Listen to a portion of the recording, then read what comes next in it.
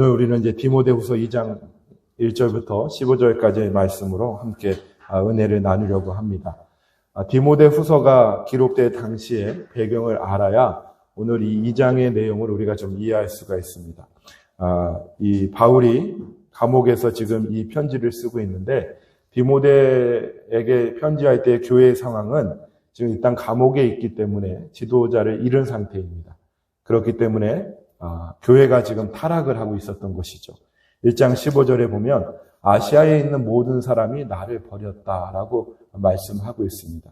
그 중에 부겔로도 있고 허모게네라는 사람도 있다 이렇게 얘기하면서 교회가 타락하고 배교자들이 나타나고 있는 그런 상황에 대해서 이 디모데 후서를 기록할 당시에 교회 배경이라는 것을 우리가 이제 먼저 이해를 해야 될 것입니다. 그렇게 되니까 이제 2절 시작하면서 그러므로라고 하는 말씀으로 시작하고 있는 것을 보게 됩니다.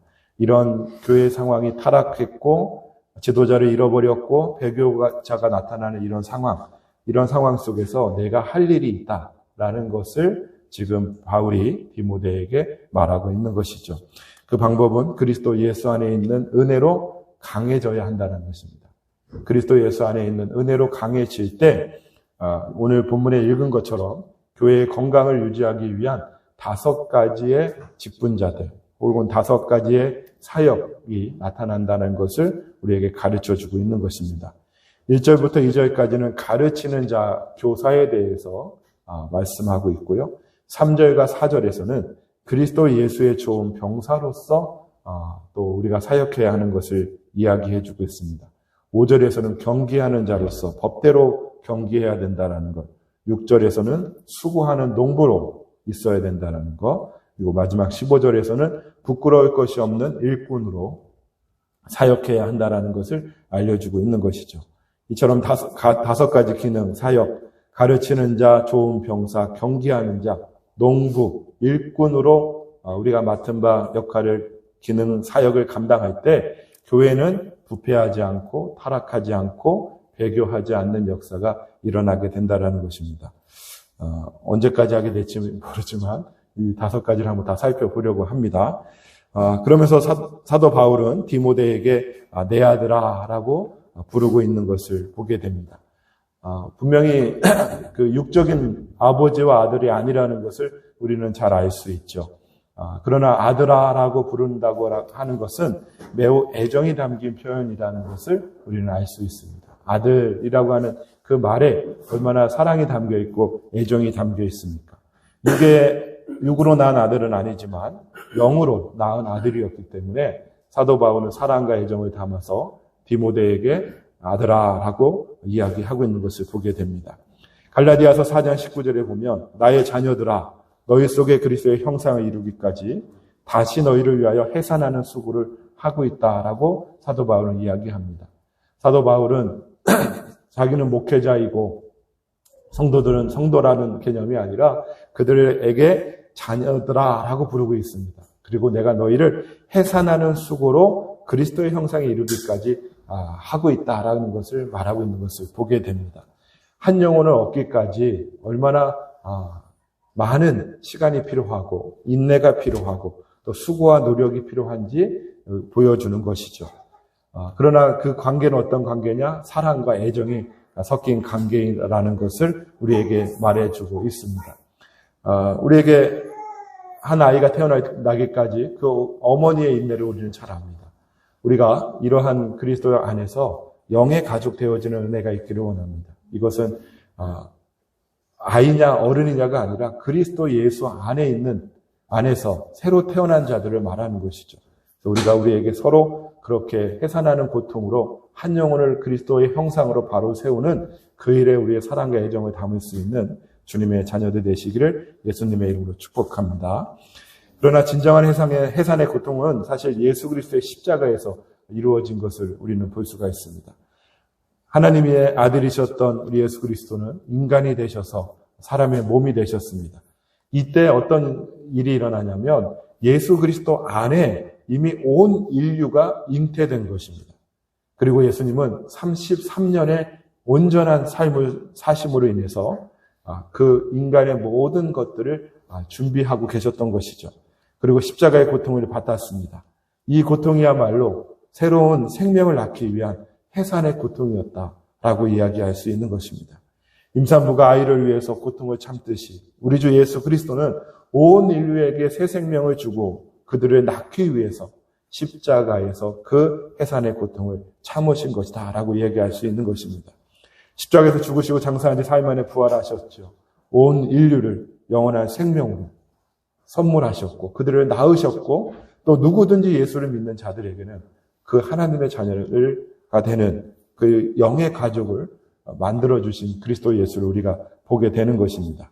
요한복음 1장 12절에서 영접하는 자, 곧 그 이름을 믿는 자들에게는 하나님의 자녀가 되는 권세를 주셨으니 이는 혈통으로나 육정으로나 사람의 뜻으로 나지 아니하고 오직 하나님께로부터 난 자들이다라고 말씀하고 있는 것입니다. 우리는 그리스도의 십자가에서 하나님께로부터 난 새로운 영의 가족이 되었음을 믿음으로 고백하게 되시기를 바랍니다.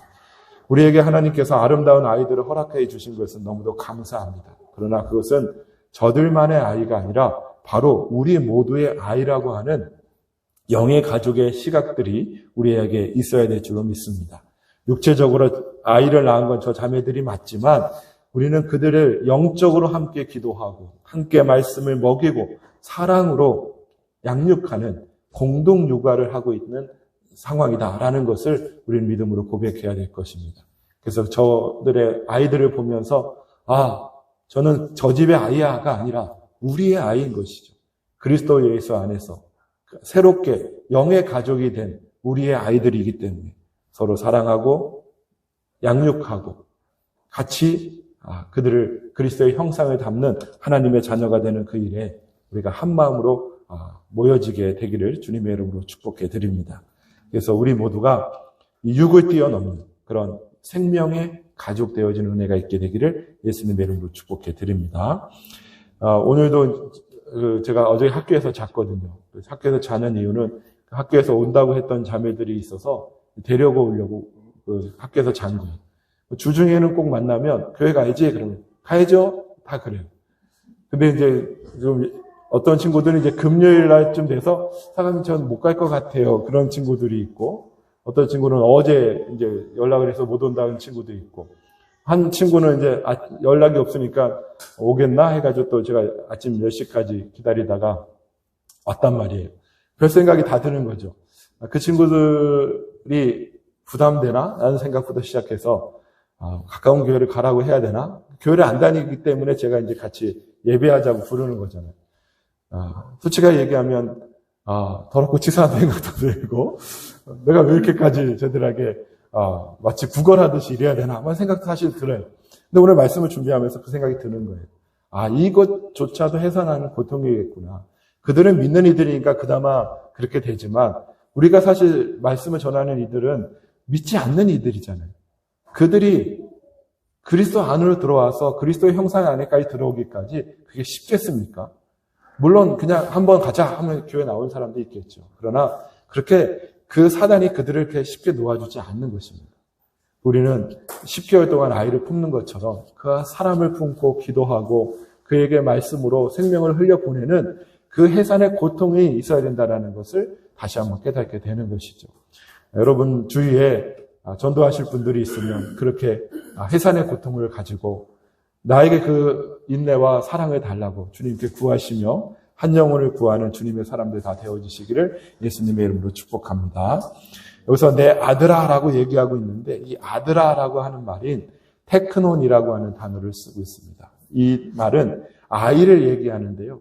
의존하며 사는 아이를 이야기합니다. 의존하는 아이. 그래서 의존하고 산다라고 하는 이 말이 단지 그냥 마마보이를 얘기하는 것이 아니에요. 아무 생각 없이 그냥 부모를 의존하고 사는 그런 사람을 말하는 것이 아닙니다. 학교에서 일하다 보면 기숙사로 전화 오는데요. 전화 오는 것의 한 90%가 학부모가 전화합니다. 우리 애가. 우리 애는 뭐예요? 그러면 우리 애는 말을 못하겠대요. 우리 애가 누구예요? 그러면 불이익 당할까봐 말 못한대요. 그 모든 것들을 다 부모가 전화를 하는 것이죠. 요즘 군대도 그렇다잖아요. 전화해가지고 입대하면 훈련하는 거 다 보내줘야 된대요. 그러면 그거 보고 왜 우리 이렇게 힘든 일 시켰냐? 왜 이렇게 햇빛에 우리 뒀느냐? 이런 거 갖고 항의를 한다는 거죠. 그런 마마보이를 얘기하는 것이 아니에요. 의존한다라는 것은 자발적으로 의존하는 겁니다. 상대가 존경스럽고 사랑스러워서 스스로 자신을 낮추고 따르는 것을 그 따르는 아이, 그리고 그 의존하는 아이를 테크논이라고 하는 단어를 쓰고 있다는 것이죠. 우리도 바로 사도 바울이 디모데를 향하여 부르는 테크논이라고 하는 이 아이가 되어져야 할 줄로 믿습니다. 하늘에 계신 아버지를 전적으로 의존하며 사는 삶, 강요와 협박에 의해서 두렵고 떨려서 그렇게 사랑하는 것이 아니고 자발적으로 기쁨으로 하나님을 의지하고 사는 하나님의 아들로서의 삶을 살아가는 주님의 사람들이 되어지시기를 예수님의 이름으로 축복합니다. 그래서 우리는 정말 우리 스스로 노예가 되는 것이고 우리 스스로 주님의 자녀가 되는 것이고 우리 스스로 아들이 되어서 주님을 신뢰하고 주님을 따를 수 있는 그런 주님의 자녀들 다 되어지시기를 예수님의 이름으로 축복합니다. 아들인데 너는 그리스도 예수 안에 있는 은혜 가운데 강하라 이렇게 얘기를 하고 있는 것을 보게 됩니다. 그리스도 안에 있는 지식이나 은사로 강하라고 말하지 않아요. 왜냐하면 우리는 지식으로 사는 사람도 아니고 은사로 사는 사람들이 아닙니다. 많은 사람들이 지식이나 은사에 따라가는 것을 보게 돼요. 어떤 사람이 끊임없이 지식을 이야기합니다. 그럼 사람들이 현혹돼 갑니다. 그런데 그 지식에 따라갔을 때 그 지식의 끝은 그렇게 아름다운 것이 아닌 것을 보게 돼요. 왜냐하면 지식 안에 사랑이 없고 은혜가 없으면 그 지식이야말로 몸이 건조한 것이고 사람을 죽이는 것이 된다는 것을 우리는 너무 잘 알게 됩니다. 제가 아는 어떤 분이 교회를 다니는데 그 교회는 세상의 모든 교회들이 다 잘못됐고 우리가 바른 믿음이다라는 걸 이렇게 주장을 한대요. 우리만 구원받는다 이건 아닌데 우리가 믿는 방식이 맞다라고 생각하는 것이죠. 근데 문제는 뭐냐면 그 자신들의 믿는 방식이 있어요. 근데 그 방식대로 따라오지 않는 사람들은 정죄하고 단죄하는 일들이 일어난다라는 거예요. 그리스도 예수를 지식으로 누릴 때의 결과인 것입니다. 예수를 안다고 해서 예수를 지식으로 안다고 해서 그들 간에 그리스도로 세워지는 게 아니에요. 지식은 필요합니다. 그러나 그리스도 은혜 안에 지식이어야 되는 것이지 단순한 지식은 사람을 살리지 못한다는 거예요. 은사도 마찬가지죠. 요즘 유튜브 같은 거 보면 사람 막 쓰러뜨리고 일으켜 세우고 난리를 치는 그런 은사자들이 많이 있는 것을 보게 됩니다. 그런데 은사 역시도 은혜 안의 은사인 것이죠. 은사가 단지 어떤 현상을 나타내는 것으로 그것이 목적이 된다면 그것조차 역시 생명이 없는 것을 보게 됩니다. 그리스도의 은혜 안에 일어나는 모든 것들이 필요한 것이지 은혜 없이 그 어떠한 지식과 어떠한 은사도 우리를 살리지 못한다는 것을 우리는 기억해야 하는 것입니다. 그럼 은혜는 무엇이냐? 1장 9절에 보니까 우리를 부르신 근거가 바로 이 은혜였다라는 사실을 이야기해 주고 있습니다. 1장 9절에서는 하나님이 우리를 구원하사 거룩하신 소명으로 부르심은 우리의 행위대로가 아닙니다. 우리의 행위 때문에 부르신 것이 아니에요. 오직 자기의 뜻과 영원 전부터 그리스도 예수 안에서 우리에게 주신 은혜대로 주신다라고 말씀하고 있는 거예요. 우리를 부르실 때 주님은 은혜로 부르셨다라는 거예요. 우리가 어떠한 일을 했느냐, 얼마큼 많이 알고 있느냐, 이것이 아니라 단지 하나님의 은혜로서 우리를 불러주셨다라고 말씀하고 있습니다. 또한 이 은혜는 무엇이냐? 생명 안에서 우리에게 공급되어지는 것이 바로 은혜라는 것이죠. 그리스도의 생명이 없는 상태에서 우리는 은혜를 부음을 받을 수가 없게 되는 것입니다.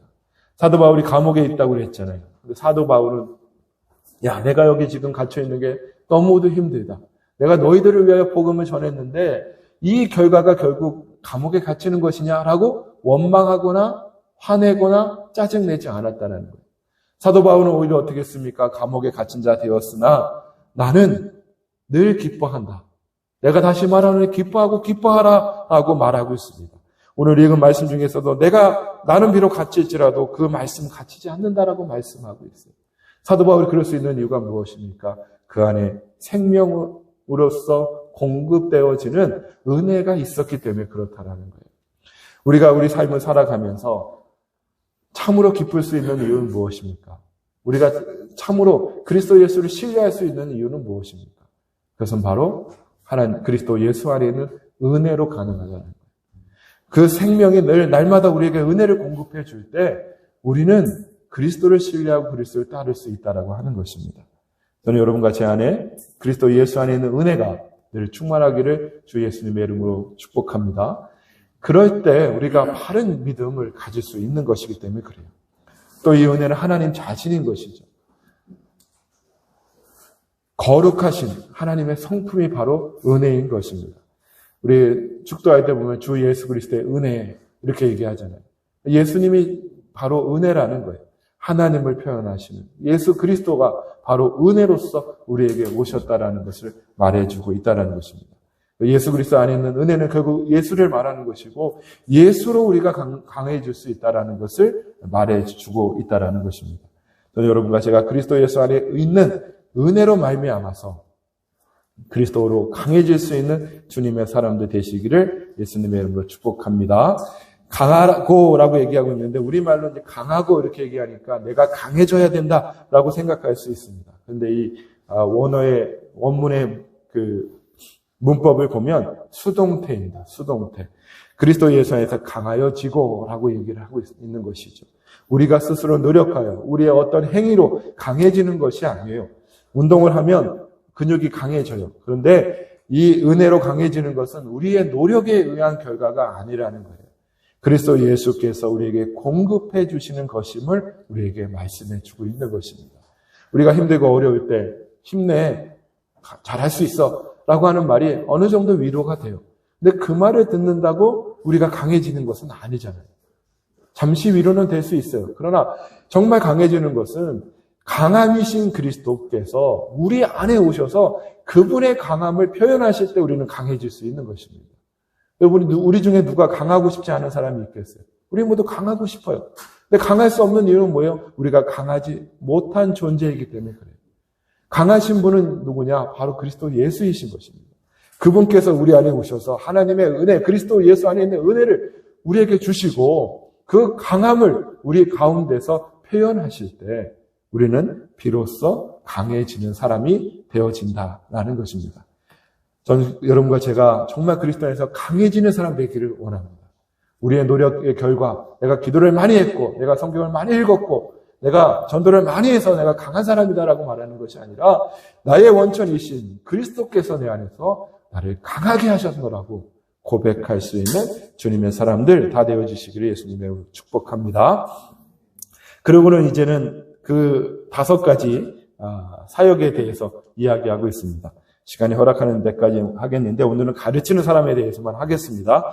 2절 말씀해 보니까 또 내가 많은 증인 앞에서 내게 들은 바를 이야기하고 있습니다.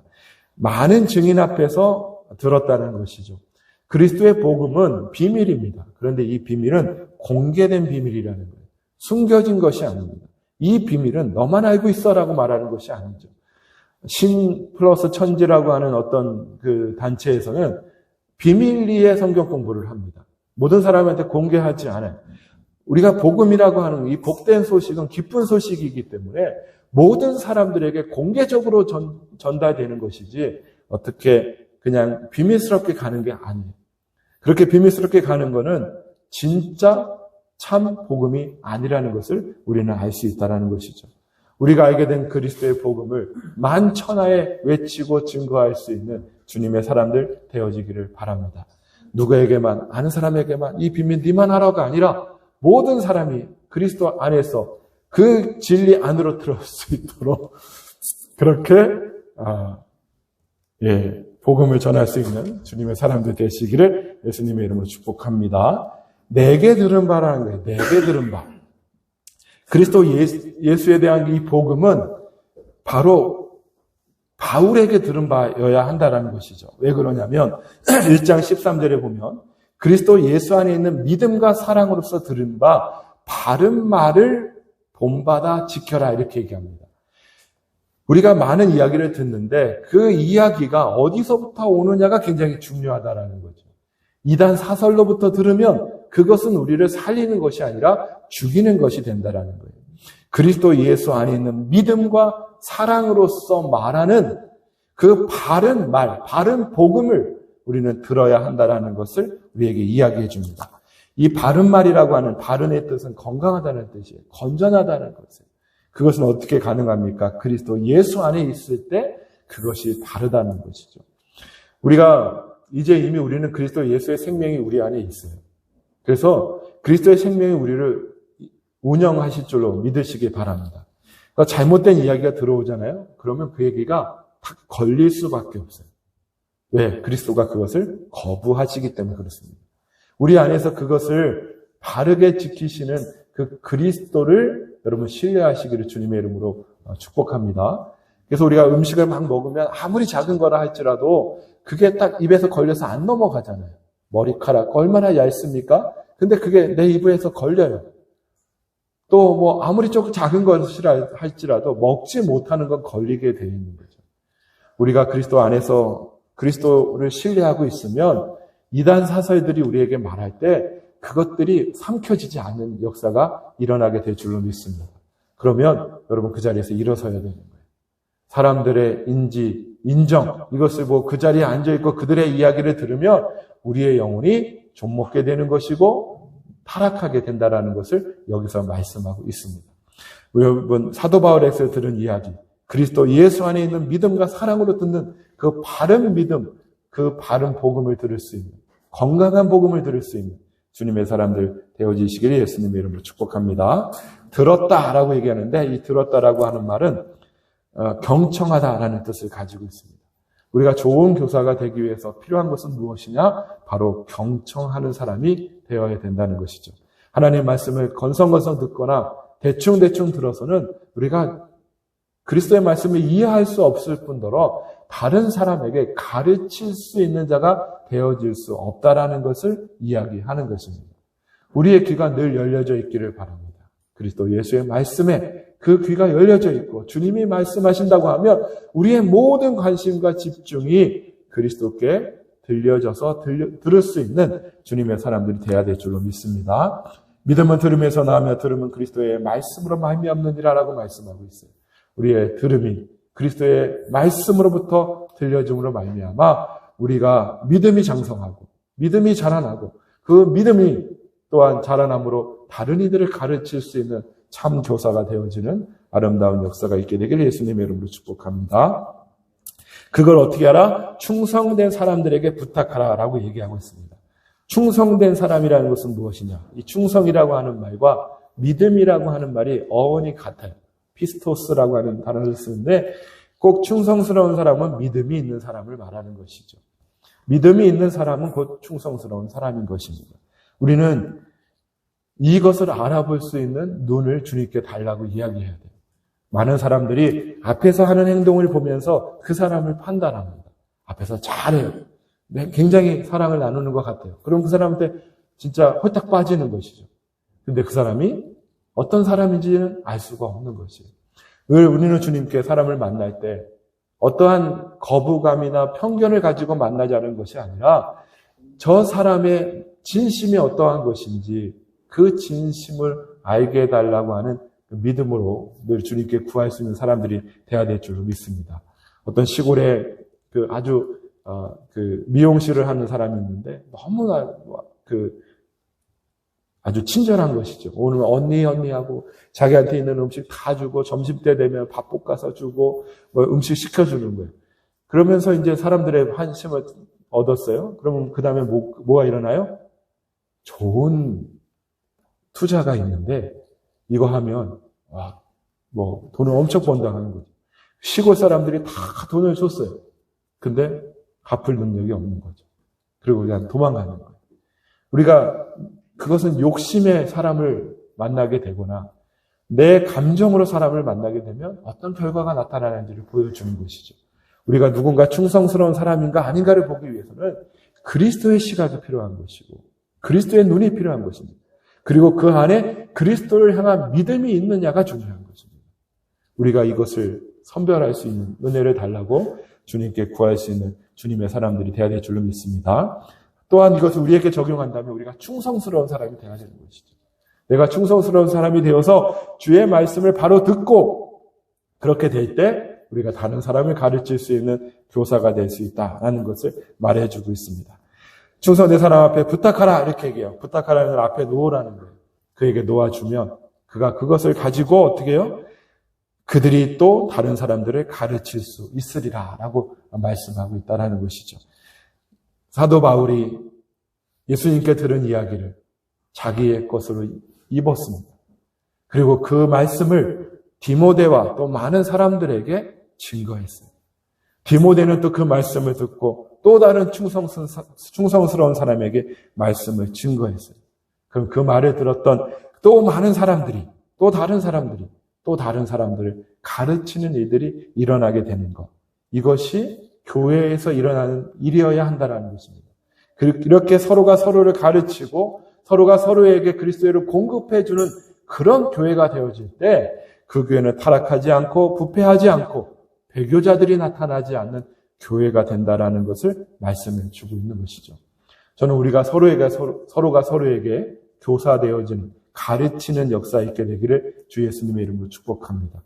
그를 지적하고 그에게 잘못된 것을 말하는 그런 가르치는 것이 아니라 어떤 분이 교회를 지금 막 다니는데 너무 고민하는 거예요. 왜 그러냐니까 자기 행동 하나를 가지고 이야기한다는 거예요. 너 그렇게 말하면 안 돼. 너 그렇게 웃으면 안 돼. 너 그렇게 기도하면 안 돼. 모든 것이 다 근데 어떤 이름으로 얘기하냐면 그건 영이 아니야. 너는 지금 사단에게 속고 있어. 이런 걸 계속 얘기하는 거죠. 그건 가르치는 것이 아니에요. 가르치는 것은 은혜 안에 가르치는 것입니다. 말씀으로 가르치는 겁니다. 생명으로 가르치는 거예요. 때로는 말하고 싶을 때 있어도 참을 때도 있어야 돼요. 그러나 내가 말하지 않지만 나의 삶이 그에게 그리스도를 증거하고 가르치는 일들이 일어나야 되는 것이죠. 저는 우리 교회가 서로가 서로에게 그렇게 모범이 되는 교사가 되어지는 아름다운 역사 있게 되기를 예수님의 이름으로 축복해 드립니다. 내가 힘들고 어려울 때, 저 형제를 보니까, 저 자매를 보니까, 저 사람을 보니까 내가 다시 힘을 얻는 그 아름다운 생명의 역사가 우리 교회에서 늘 넘치게 되어지기를 예수님의 이름으로 축복합니다. 그렇게 해서 우리 교회에서는 어떠한 타락도 일어나지 않고 어떠한 배교자도 나타나지 않고 참 우리의 지도자이신 그리스도 예수를 바로 믿고 따름으로 말미암아서 더 건강하고 더 아름답고 주님이 기뻐하시는 참된 교회로 세워지는 아름다운 주님의 교회, 주님의 자녀들 다 되어지시기를 예수님의 이름으로 축복합니다. 기도하겠습니다. 사랑하는 주 예수님 감사합니다. 오늘날 교회처럼 사도 바울이 지금 디모데에게 편지하는 이 순간도 그리스도를 배역하고 배교하고 떠나 있고 타락하는 이들이 일어났음을 보게 됩니다.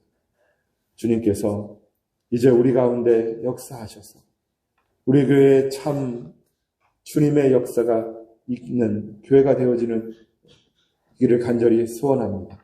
오직 그리스도를 신뢰하는 참 믿음의 아들들이 되게 하셔서 오직 그리스도만 순종하게 하시고 서로가 서로를 영의 가족으로 여기며 해산하는 고통을 기쁨으로 누릴 수 있는 그러한 교회가 되게 하여 주시고 또한 무엇보다도 그리스도의 예수 안에 있는 은혜로 하나 되게 하셔서 늘 우리가 서로가 서로를 가르치는 그런 교사의 역할을 감당할 수 있도록 축복하여 주시옵소서. 바른 믿음을 주시고 그리스도의 비밀을 우리에게 허락하여 주시고 늘 서로가 서로에게 들을 수 있게 하시고 그리고 말미암아 또한 가르치는 이 아름다운 선한 순환이 우리 교회에서 일어나게 하셔서 그 어떠한 것도